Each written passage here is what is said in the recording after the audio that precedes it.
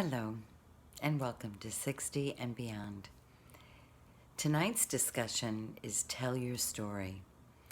I just did a Facebook Live, but I can't upload it to my YouTube channel, so I wanted to reiterate some of the things that I talked about, telling your story, and how really, really important that is.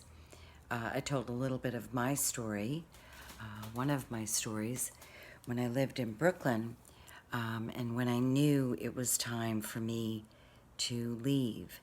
I was walking into the subway after an audition from a voiceover audition, actually, and I realized, I don't want to be doing this in 10 years from now.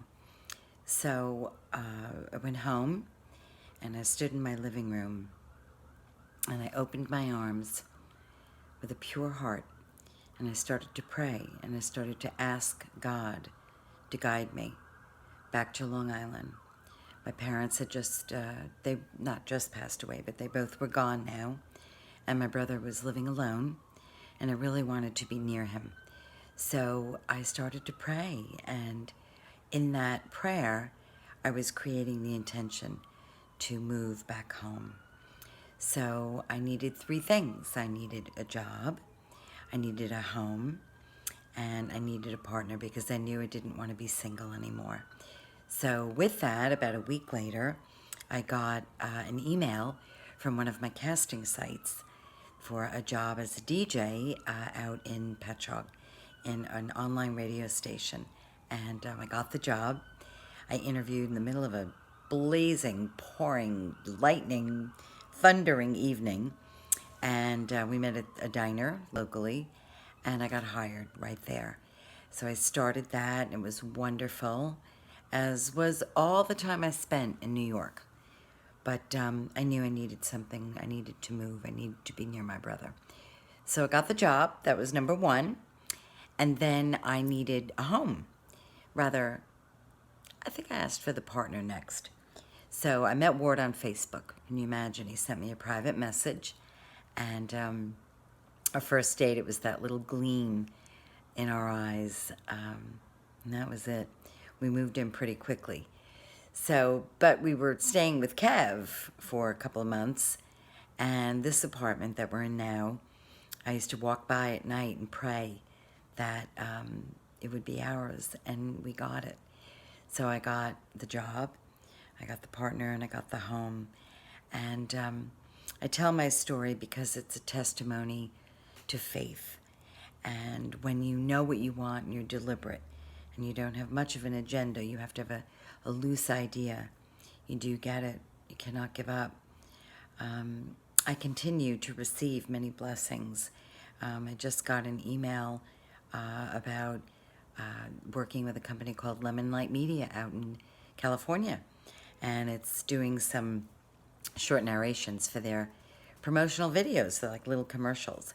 So we've set up a little home studio, and I'll be doing that from home. So that's a nice little income stream. And I do a lot of different things, all with the intention of helping others. I'm really big on that. So that's why telling your story, whether it's a sad story, a happy story, an inspirational story, your story is important. You were in it. You own it. It's yours. You were living it. And you need to share it because it can help other people. We have a neighbor here who had come up to me even recently. She came up to me many years ago, but recently she reminded me of how when I was coming back and forth from Brooklyn to visit my mother and help her and my brother, we would come all the time, me and my sisters, we rotated, and she would watch from her window our comings and goings, and she told me how that impacted her, and she shared that story with her sisters, and recently she reminded me of it because it just remains with her. It changed her. So your story matters, so share it with strangers, with people you love, with people you trust, with people maybe you just met.